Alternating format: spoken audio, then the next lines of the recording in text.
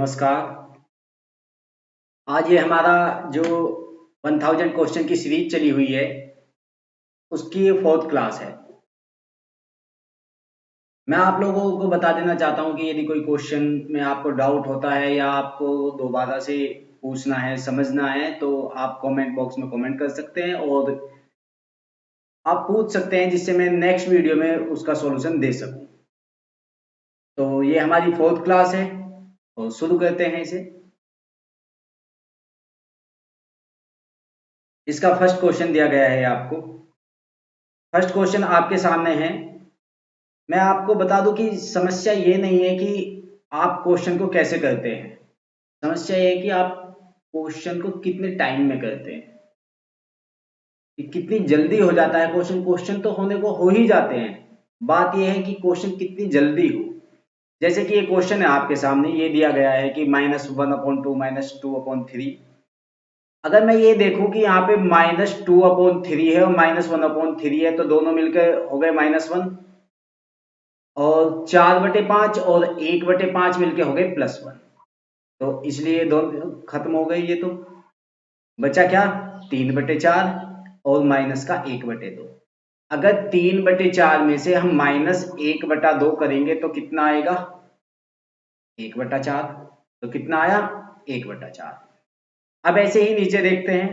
यहाँ देखते हैं कि यह है माइनस का 1/5 और यह है माइनस का 4/5, दोनों मिलके कितने हो गए, -1। और यहाँ पे आपको दिया गया है 2/3 और 1/3, ये दोनों मिलके हो गए +1। तो ये भी दोनों खत्म हो गए। बचा क्या, 1/2 और माइनस के 4/3। जब हम 1/2 जब हम 1/2 और -4/3 को सोल्व करते हैं तो ये निकल के आता है माइनस के 5/6। माइनस के 5/6। तो अब इसे सोल्व कर लेते हैं। ये दिया गया है, ऊपर बचा था हमारा 1/4 और नीचे बचा है माइनस के 5/6। तो रिजल्ट जाहिर सी बात है नेगेटिव ही निकल के आएगा। तो ये रिजल्ट हो गया 6/20, माइनस के 6/20 या माइनस के 3/10। ठीक है, नेक्स्ट देखते हैं क्वेश्चन। एक बॉक्स में 5 सफेद है, उजली है और 4 नीली तथा 3 पीली गेंद है। उनमें से 4 गेंद को निकाला जाता है। इसकी क्या संभावना है कि उन सभी के एक ही रंग होंगे। सभी के एक ही रंग होंगे, तो ये प्रायिकता से क्वेश्चन है। तो हमें ये देखना है कि 4 गेंद लेनी है और सभी का एक ही रंग होना है। पेन चेंज कर लेंगे हम, पेन का कलर। कि अगर हमें ये देखनी है कि हमें 4 गेंद लेनी है और सभी का एक ही रंग होना है, तो इन 3 पीली में से ये 4 की 4, ये 3 पीली तो होने से रही, क्योंकि ये 4 गेंद है और 4 सभी एक रंग की नहीं हो सकती। अगर 3 पीली ले लेंगे तो एक किसी और रंग की होगी। तो मैं आपसे कहूंगा कि हमें जो है टोटल कुल प्रायिकता कितनी है, कुल संभावनाएं कितनी है, 12 में से हमें कितनी लेनी है, 4 लेनी है। 5 4 9 3 12। ये कॉम्बिनेशन वाली वैल्यू मैं बता चुका हूं कि 12C4 का क्या मतलब होता है, मैं पिछली वीडियो में बता चुका हूं। और अब ये दिया गया है कि, तो हम ये देखते हैं कि ये 5 आने की संभावना कितनी हो सकती है, 5 में से हम 4 ले सकते हैं। अगर या की संभावना है कि या तो वे 5 सफेद हो सकती है या 4 नीली हो सकती है, तो हम प्लस करते हैं, +4C4, यानी कि 4 में से 4 ही गेंद हो सकती है, क्योंकि एक ही रंग की हो सकती है। अब हम इन्हें सोल्व करेंगे। अगर मैं आपको बताऊं कि 5C4 को अगर मुझे सोल्व करना है, तो हम ऐसा करते हैं कि 5 और बटे में 4 गुणा 5 माइनस 5 का फैक्टोरियल, सॉरी, गुणा 4 का बटे में 4 का फैक्टोरियल गुणा 5 माइनस 4 यानी कि 1 का फैक्टोरियल। ठीक है, तो 5 का फैक्टोरियल को मैं लिख सकता हूं 5 गुणा 4 का फैक्टोरियल, और बटे में है 4 का फैक्टोरियल। 1 का फैक्टोरियल तो 1 ही होता है, 4 से 4 कट जाएगा तो इसकी वैल्यू कितनी आएगी, 5। ऐसे ही 4C4 की वैल्यू होती है 1, वो देख लेंगे कैसे। तो ऊपर होगा 4 का फैक्टोरियल और बटे में भी 4 का फैक्टोरियल और 4 माइनस 4 यानी कि 0 का फैक्टोरियल। 4 से 4 कट जाएगा, एक 0 का फैक्टोरियल होता है 1, तो इसलिए इसका रिजल्ट आया 1। इसका रिजल्ट आया 1, ऊपर हो गया 6, 6। और नीचे देखते हैं 12C4। 12C4 12C4 का मतलब होगा कि 12 का फैक्टोरियल, 12 का फैक्टोरियल बटे में 4 का फैक्टोरियल गुणा 12 माइनस 4 यानी कि 8 का फैक्टोरियल। ठीक है, तो अब अगर मैं इसे सोल्व करूं तो 12 को मैं लिख सकता हूं, 12 के फैक्टोरियल को 12 गुणा 11 गुणा 10 गुणा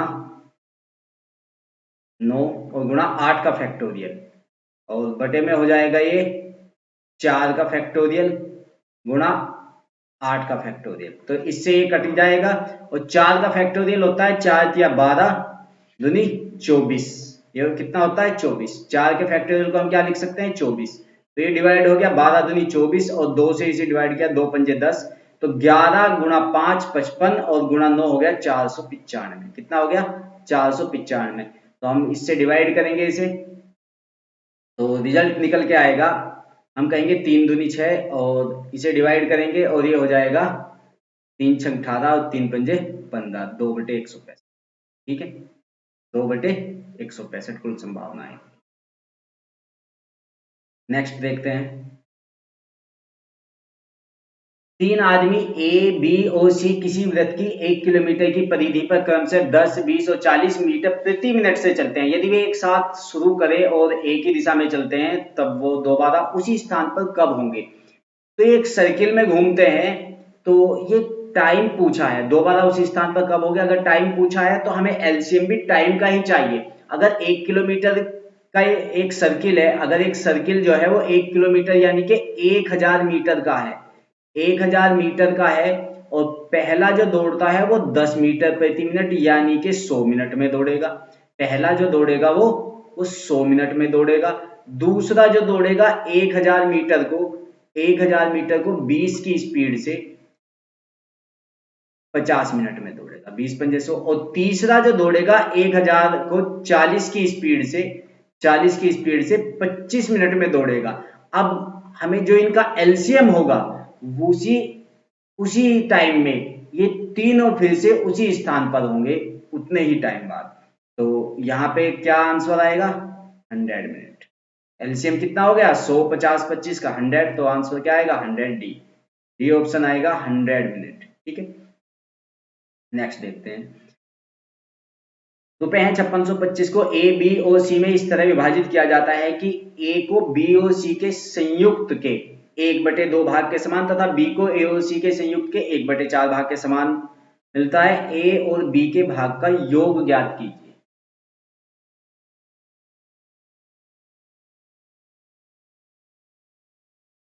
यहाँ पे हम देखते हैं कि एग्जामिनर ने ये कहा है कि ए को जो मिलता है ना वो बी और सी के कुल भाग का 1/2, तो कुल भाग का कितना मिलता है 1/2। तो मैं ये कह सकता हूं, इसका मतलब ये है कि बी और सी को अगर 2 मिलता है तो ए को 1 हिस्सा मिलता है। और फिर अगली कंडीशन है कि बी को ए और सी के कुल हिस्से का 1/4 मिलता है, 1/4 मिलता है। तो मैं ये कहूं कि अगर यहां भी ये तीनों ही हैं, यहां पर भी ये तीनों है ए बी और सी, और यहां भी तीनों ही है ए बी और सी, लेकिन इनके कुल हिस्से जोड़ के हो रहे हैं 2 और 1 3, और यहां पे हो रहे हैं 4 और 1 5। तो ये कंडीशन ठीक नहीं बैठ रही, क्योंकि अगर ये ही तीनों यहाँ पे हैं तो ये बराबर होने चाहिए, तो मैं इन्हें बराबर करूंगा। यहाँ पे 5 का मल्टीप्लाई करूंगा और यहाँ पे 3 का मल्टीप्लाई करूंगा। अब ये 15 हो जाएगा, तो ध्यान रखिए यहाँ पे मैंने 5 का मल्टीप्लाई किया, यहाँ पे 3 का। अगर यहाँ 5 का मल्टीप्लाई किया तो ये हो गया 5 एकम 5 और 5 दूनी 10, ये हो गया 5 एकम 5 और 5 दूनी 10। और ये हो जाएगा 3 का मल्टीप्लाई होके 3 एकम 3 और 3 चौक 12, सॉरी 3 चौक 12। अब ये हमारे लिए आसान हो गया है। अब मैं कह सकता हूं कि ए बी और सी, ए को मिलता है कितना 5, ए को मिलता है 5, बी का हिस्सा है कितना 3, और तीनों का हिस्सा है 15। तो मैं कहूंगा कि 5 और 3 8, तो 7 हिस्सा कितना है इसका। तो ए बी और सी के हिस्से का अनुपात कितना है 5:3:7। अब हम 5625 को इस अनुपात में बांट देंगे और ए और बी के हिस्से का योग पूछा है, तो हम कहेंगे 5625 को डिवाइडेड बाई 15 और मल्टीप्लाई करेंगे ए और बी के कुल हिस्से से यानी कि 8 से। तो अब हम इसे कहेंगे, ये आएगा कि 15×3 = 45, बचेंगे 11 और 15×7 = 105 और 15×5 = 75 यानी कि 375 × 8। तो 375 × 8 कितना हो जाएगा? तो 3 × 8 = 24 और ये हो जाएगा 3000। 2400 और 675 का 8 गुना हो जाएगा 600, तो ये हो जाएगा 3000। ठीक है, बी ऑप्शन आएगा। नेक्स्ट, 2 किलोमीटर है 26 डेकामीटर है तक 113 चक्कर घूमने वाले पहिए की रेडियस बतानी है, त्रिज्या बतानी है। त्रिज्या क्या होती है? रेडियस होती है। पेन चेंज कर लेंगे हम।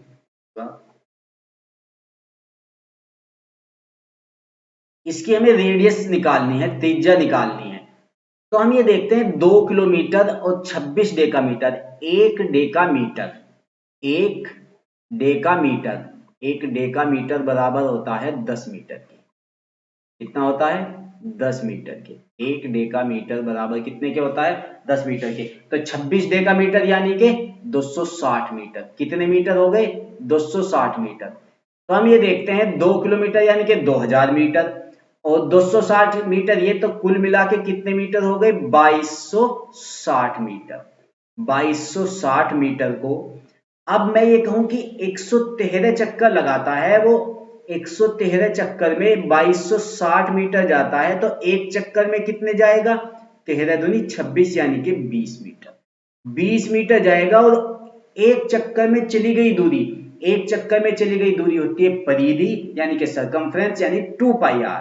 तो हम कहेंगे कि 2πr बराबर है 20 मीटर, यानी 2πr क्या है? 2πr है 20 मीटर। 2πr 20 मीटर है। तो अब हम निकाल सकते हैं, हमें रेडियस निकालनी है, r बराबर निकालना है, तो मैं कहूंगा r बराबर होगा 20/2π। 20/2π की वैल्यू रख दूंगा मैं 22/7। तो हम कहेंगे ये वैल्यू हो जाएगी 2, इसे काटा फिटी कर देंगे, 2 11 हो गया और 2 पंजे 10 यानी कि 35/11। 35/11। 35/11 का कौन सा ऑप्शन हो गया? डी। 11 × 33 और 2 35/11, यही आंसर होगा। उम्मीद है ये क्वेश्चन समझ में आ रहे होंगे आपकी। नेक्स्ट चलते हैं।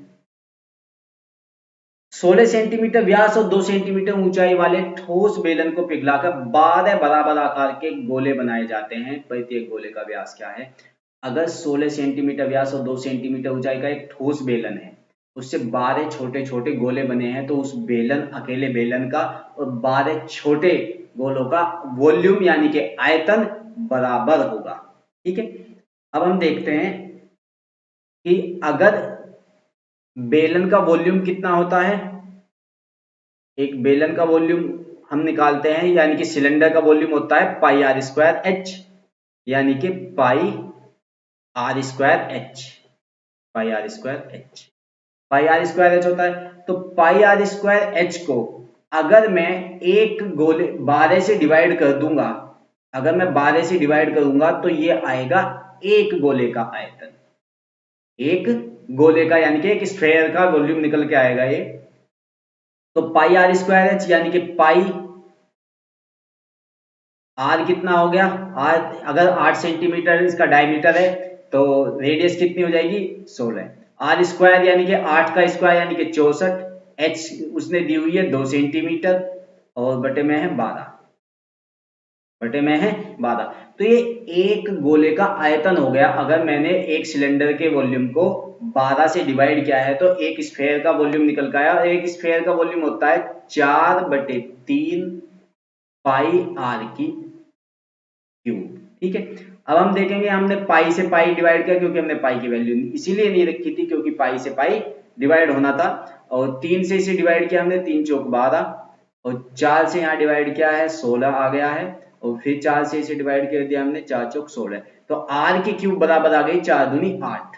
अगर r की क्यूब बराबर 4 दूनी 8 है तो r बराबर कितना आएगा? 2। अगर r बराबर यानी कि रेडियस 2 है लेकिन एग्जामिनर ने व्यास पूछा है, डायमीटर पूछा है। डायमीटर पूछा है तो डायमीटर रेडियस का दुगना होता है, 4 हो जाएगा आंसर। ठीक है, नेक्स्ट चलते हैं। ये बहुत अच्छा क्वेश्चन है। हम देखते हैं कि 10 सेंटीमीटर व्यास वाले 3 वृत्तों को एक रबर बैंड से घेरा जाता है, जैसा आकृति में दर्शाया गया है। रबर बैंड की लंबाई सेंटीमीटर में क्या है, तो मैं इसका एक फॉर्मूला बता दूं। इसका फॉर्मूला होता है n इंटू n, मतलब जितने भी सर्किल दिए गए हैं इंटू हम करेंगे 2r, यानी कि 2r यानी कि व्यास या डायमीटर, और प्लस करेंगे इसकी एक उसकी परिधि सर्कमफ्रेंस 2πr। ये फॉर्मूला होगा। ये फॉर्मूला होगा, कैसे फॉर्मूला बनता है मैं बताऊंगा, पहले इससे हल कर लेते हैं। n बराबर है 3 और r बराबर, अगर व्यास कितना है 10 सेंटीमीटर तो r कितनी हो जाएगी 5, r कितनी हो जाएगी 5, तो 5 दूनी 10 और n कितना है 3, तो हम कहेंगे 5 दूनी 10 दिया 30 प्लस 5 दूनी 10 पाई, 30 प्लस 10 पाई, ये आंसर आ जाएगा बी। कैसे हमने रखा है ये फॉर्मूला जो है हमने कैसे बनाया है, एक बार दोबारा से देख लेते हैं।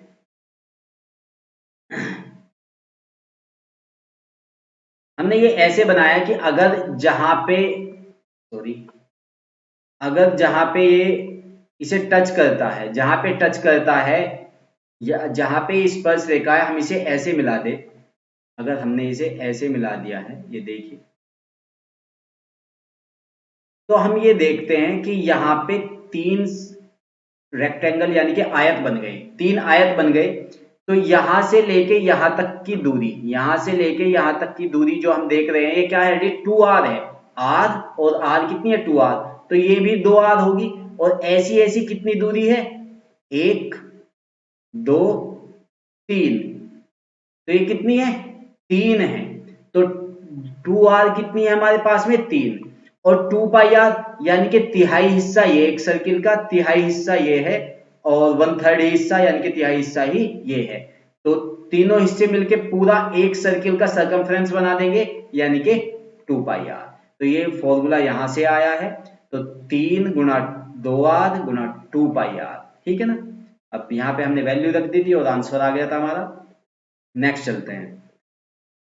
एक रेलगाड़ी चलते हुए टेलीफोन के खंभे और एक 264 मीटर लंबे पुल को 8 सेकंड में और 20 सेकंड में पार करके, यानी कि खंभे को उसने 8 सेकंड में क्रॉस किया है और पुल को उसने क्रॉस किया है 20 सेकंड में। पुल को क्रॉस किया है 20 सेकंड में। तो हम ये देखते हैं कि अगर उसने पुल को 20 सेकंड में क्रॉस किया है, तो उसमें पुल की लंबाई भी जुड़ी हुई है, और यदि खंबे को क्रॉस किया है, अगर खंबे को क्रॉस किया है तो गाड़ी ने अपनी दूरी को क्रॉस किया है, अपनी दूरी को क्रॉस किया है। तो मैं कहूं कि अगर गाड़ी की लंबाई ले लूं मैं x मीटर और उसने 8 सेकंड में क्रॉस किया है, तो दूरी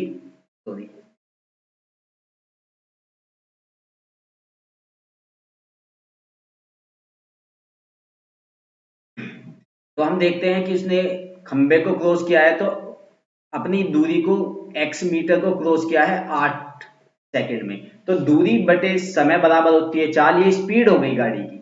अब ये मीटर में है, ये सेकंड है, तो मीटर प्रति सेकंड में ही निकल के आएगा आंसर।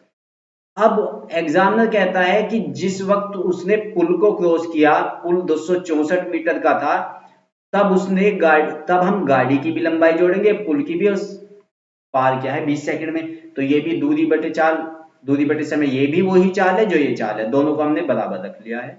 अब हम इसे हल करेंगे, 4 दूनी 8 और 4 पंजे 20, यानी कि 5x और 4 दूनी 8, 5x और 2x का अंतर कितना हो जाएगा 3x। कितना आएगा 3x बराबर कितना हो जाएगा, ये 264 गुणा 264 गुणा 2, 264 गुणा 2, 264 से डिवाइड करते हैं हम, 88 आ गया। 88 गुणा 2 यानी कि x की वैल्यू आ गई है, x की वैल्यू आ गई है 88 गुणा 2, 88 गुणा 2 आ गई है। अब x की वैल्यू चाहे तो मैं यहाँ पे रख दूं, दूरी बटे समय, ये चाल हो जाएगी, हमें चाल निकालनी है तो मैं यहाँ पे ही रखता हूँ। तो मैं कहूंगा x की वैल्यू कितनी है, 88 गुणा 2 हमने निकाल ली है, और बटे में है 8, तो 8 से मैं डिवाइड करता हूँ, 11 दूनी 22 मीटर प्रति सेकंड। अगर हमें मीटर प्रति सेकंड में दिया हुआ होता तो हम कह देते 22 मीटर प्रति सेकंड, लेकिन यह किलोमीटर प्रति घंटा में, तो मैं इसे मल्टीप्लाई करूंगा 18/5 से, 18/5 5 से, तो 18/5 से इसे मल्टीप्लाई करेंगे और ये हो जाएगा 18 दूनी 36 और 3 39 और ये बटे 5 और इससे डिवाइड करेंगे, ये आएगा 79.2, ये ऑप्शन। ठीक है, नेक्स्ट चलते हैं।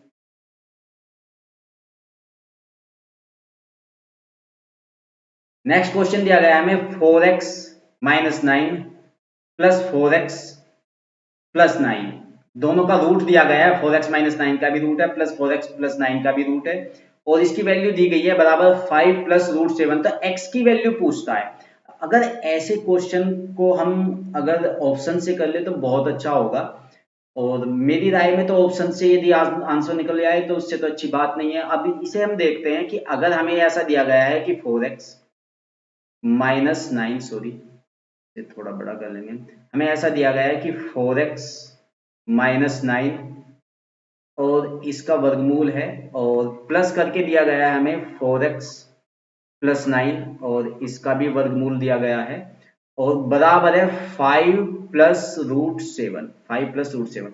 अगर मैं पहला ऑप्शन रख के देखता हूं, यहाँ पे x की जगह पहला ऑप्शन रखता हूं, तो 4 चौक 16 - 9, तो ये 16 - 9 कितना हो जाएगा 7, 7 का रूट प्लस यहाँ पे रखता हूं 4, 4 चौक 16 9 25, और 25 का वर्गमूल कितना हो जाएगा 5। तो हम देखते हैं इधर भी 5 प्लस √7 है और इधर भी 5 प्लस √7 है, तो इक्वल हो गया, इसके इक्वल हो गया। तो इसका मतलब क्या है कि x की वैल्यू कितनी है 4 ही निश्चित है, x की वैल्यू कितनी है 4 निश्चित। ठीक है, अगर ये क्वेश्चन आपको इस तरह से समझ नहीं आया है तो आप मुझे बता सकते हैं दूसरे तरीके से, इसका दूसरा मेथड है तो उससे हम आपको बता सकते हैं। ठीक है, नेक्स्ट चलते हैं। x प्लस 1/x बराबर 5 दिया गया है, और x की 4 प्लस 3x की cube plus 5x square plus 3x plus 1/x की पावर 4 प्लस 1, इसकी वैल्यू बतानी है अगर x प्लस 1/x बराबर 5 दिया गया है। अच्छा, मैं ये देखता हूं कि अगर हम ये देखें कि इस क्वेश्चन में मैं एक्स स्क्वायर को कॉमन ले लूं, एक्स स्क्वायर को पहले हम ऐसा देख लेंगे कि अगर हमें ऐसा दिया गया है कहीं भी कि x प्लस 1/x, आप जानते होंगे 5 है, तो x square plus 1/x square बराबर होता है 5 पंजे 25 का स्क्वायर माइनस 2 यानी कि 23। ठीक है, तो अब मैं यहां से अगर इसे इसी फॉर्म में बनाना हो, इस वैल्यू को, इस सारी वैल्यू को इसी फॉर्म में बनाना हो मुझे, तो मैं क्या करूंगा, मैं कहूंगा कि मैं इसमें से एक्स स्क्वायर कॉमन लेता हूं, ऊपर से एक्स स्क्वायर कॉमन लेता हूं। अगर मैंने एक्स स्क्वायर बाहर कॉमन लिया है, एक्स स्क्वायर बाहर कॉमन लिया है, तो यहां एक्स की 4 की जगह बचा है क्या, एक्स की 4 की जगह बचा है x square plus 3x plus 5 और प्लस 3/x और प्लस 1/x स्क्वायर। ठीक है, ये समझ आई बात। और नीचे से एक्स स्क्वायर कॉमन ले लिया मैंने, तो x की 4 की जगह बचा है एक्स स्क्वायर और 1 की जगह हो गया 1/x स्क्वायर, 1/। ठीक है, यहां पे हमने एक्स स्क्वायर से एक्स स्क्वायर को खत्म किया है। अब हम ये देखते हैं कि x square plus 1/x square की वैल्यू कितनी हो गई 23।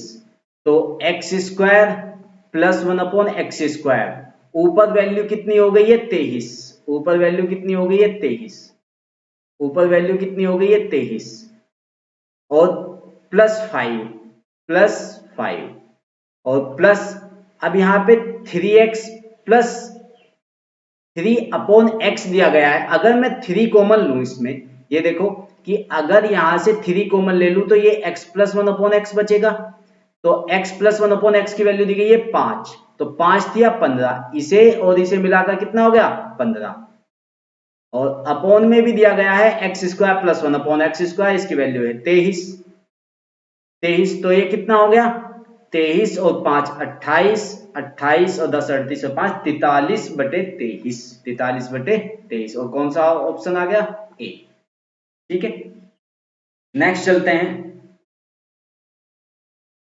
किसी परीक्षा में अंकों का औसत 50 निकाला गया, परिकलन की त्रुटियों के अंक कम करने के कारण 100 उम्मीदवारों में से प्रत्येक 90 अंकों को 60 अंकों में बदलना पड़ा तथा उससे अंकों का औसत 45 रह गया। परीक्षा देने वाले विद्यार्थियों की कुल संख्या कितनी? अगर देखा जाए तो ये क्वेश्चन एक ही लाइन में हो जाएगा।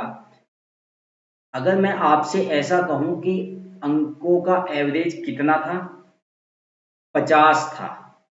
कितना था? 50। लेकिन एग्जामिनर कह रहा है कि अंक जो है 100 की जगह 100 उम्मीदवार हैं जिनके अंक 90 की जगह 60 करने पड़े, यानी कि एवरेज 30 कम करना पड़ा। कितने का? 100 उम्मीदवार का। 100 उम्मीदवार का एवरेज कितना कम करना पड़ा? 30 कम करना पड़ा। 100 उम्मीदवार का एवरेज कितना कम करना पड़ा है हमें? 30 कम करना पड़ा है। 30 कम करना पड़ा है 100 उम्मीदवार का। तो कुल मिला के हमें टोटल कितना कम करना पड़ा है? मैं कहूंगा कि हमें 3000 टोटल कम करना पड़ा है। टोटल अंक हमें कितने कम करने पड़े हैं? 3000।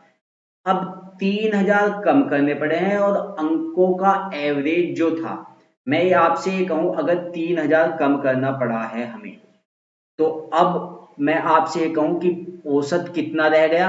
औसत रह गया है 45 और पहले कितना निकाला गया था? पहले निकाला गया था 50। पहले निकाला गया था 50। तो यानी कि हम ये कहते हैं कि 5 कम हो गया है। अगर इस 5 को, अगर मैं इन 3000 को 5 से डिवाइड करता हूं तो निकल के कितना आता है? 600। यानी कि मुझे पता लगता है कि स्टूडेंट्स 600 थे। स्टूडेंट्स कितने थे? 600 थे। अगर आपकी समझ में ये बात नहीं आई है तो मैं दूसरे तरीके से बताता हूं आपको कि अगर 50 एवरेज था और मैंने स्टूडेंट रखा कि मान लो स्टूडेंट एक्स थे, तो टोटल एवरेज कितना हो गया? 50x। और ये हमने बात देखी है कि 100 उम्मीदवारों का 90 से 60 कर दिया है, यानी कि 90 और 60 का अंतर कितना हो गया? 30। यानी कि 100 स्टूडेंट के हर एक के 30 नंबर घटाए गए हैं, तो कुल मिलाकर 3000 नंबर घटाए गए हैं।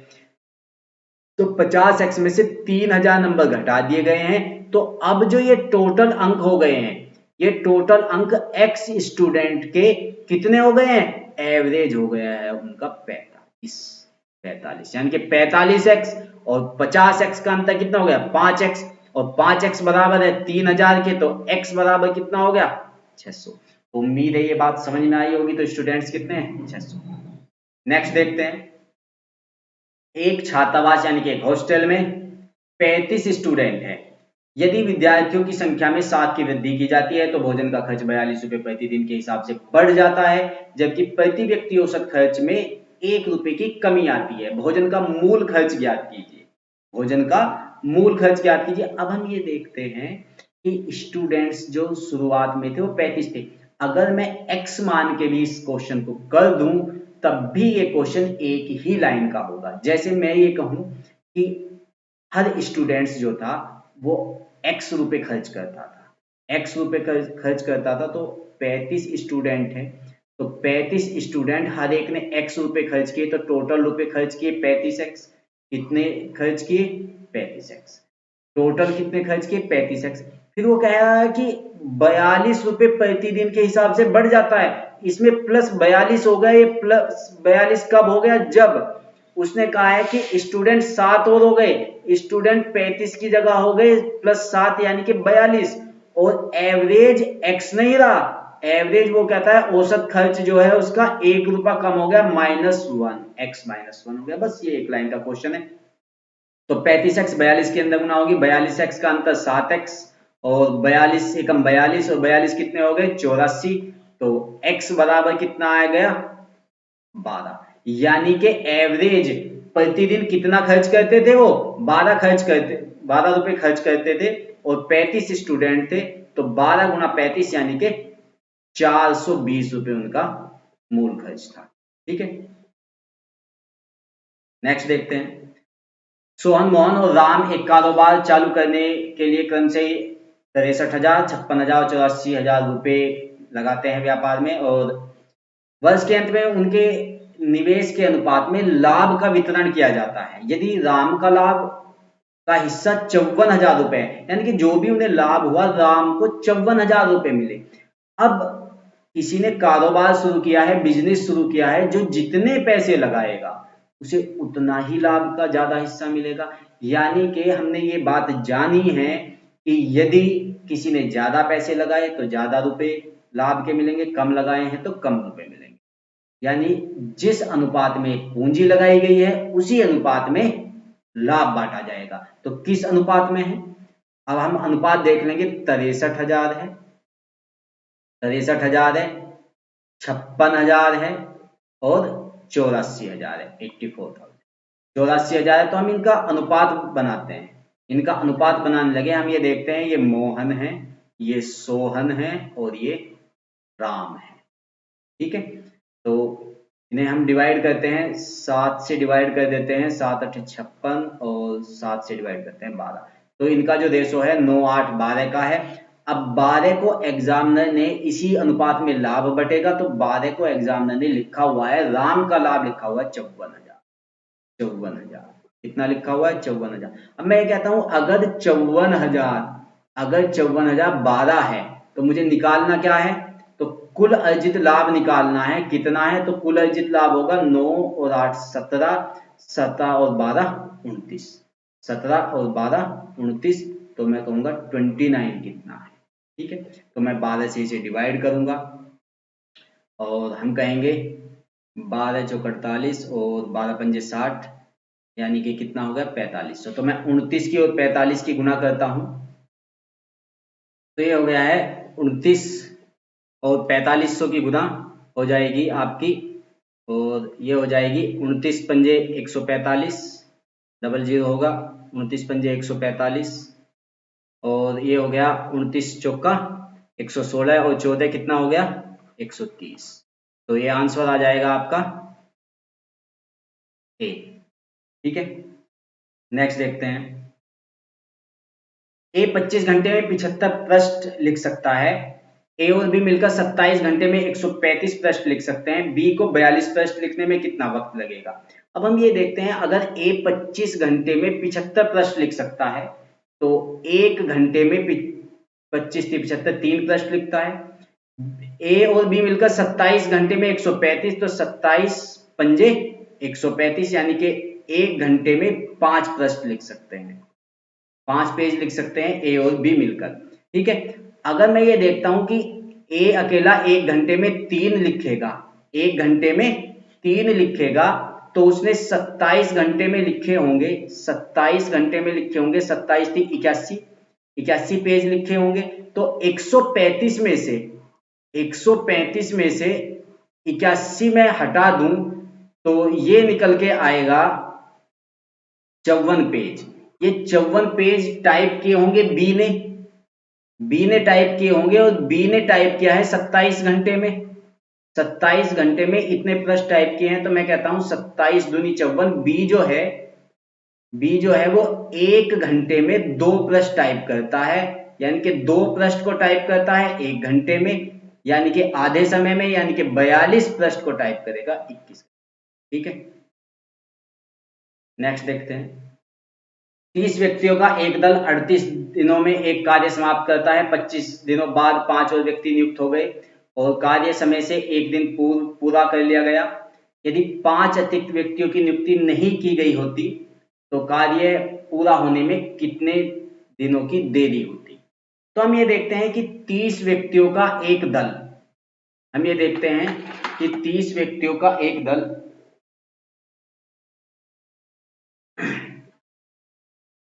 ये 30 व्यक्तियों का एक दल 38 दिनों में एक कार्य समाप्त करता है। 25 दिनों बाद 5 और व्यक्ति नियुक्त किए गए।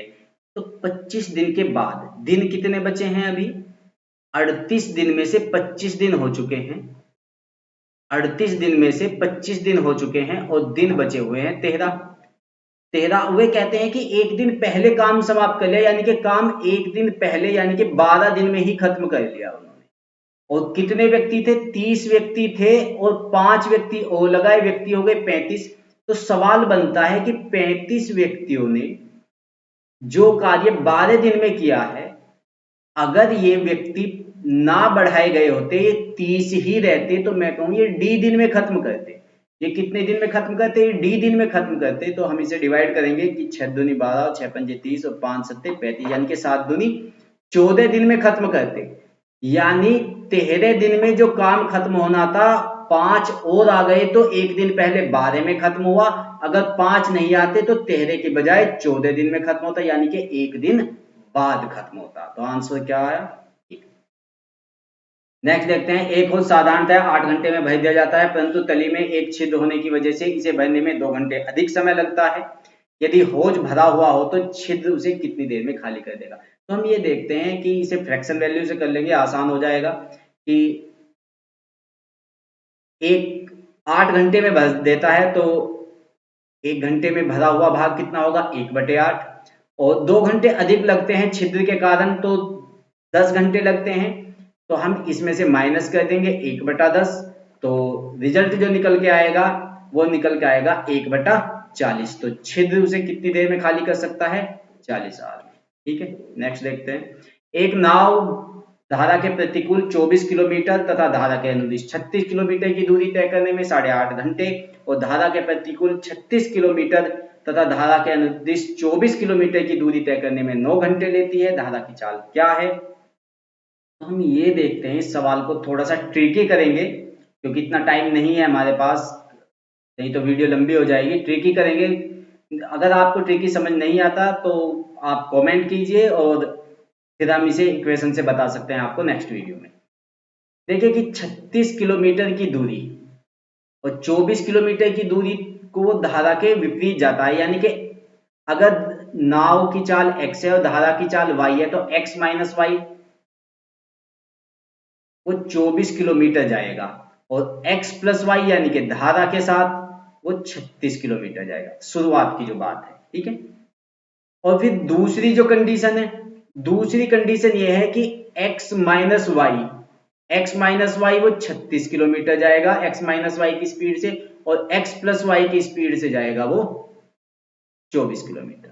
x प्लस वाई की स्पीड से जाएगा वो 24 किलोमीटर। अब इस कंडीशन में और इस कंडीशन में, इस वाली कंडीशन में, बाद वाली कंडीशन को अगर मैं लूं तो बाद वाली कंडीशन में उसे 9 घंटे लगते हैं। बाद वाली कंडीशन में उसे कितने घंटे लगते हैं? 9 घंटे लगते हैं। तो हम ये देखते हैं कि अगर मुझे इस 36 को डिवाइड करूंगा मैं और पूरा पूरा ये टाइम आए 9 घंटे, तो इसका मतलब वो 36 के फैक्टर से ही डिवाइड हुआ होगा। तो 36 के फैक्टर क्या होंगे? 36 होगा, 12 होगा, सॉरी 18 होगा, 18 होगा, 12 होगा, 9 होगा, 6 होगा, 4 3 2 1, ये 36 के फैक्टर होंगे।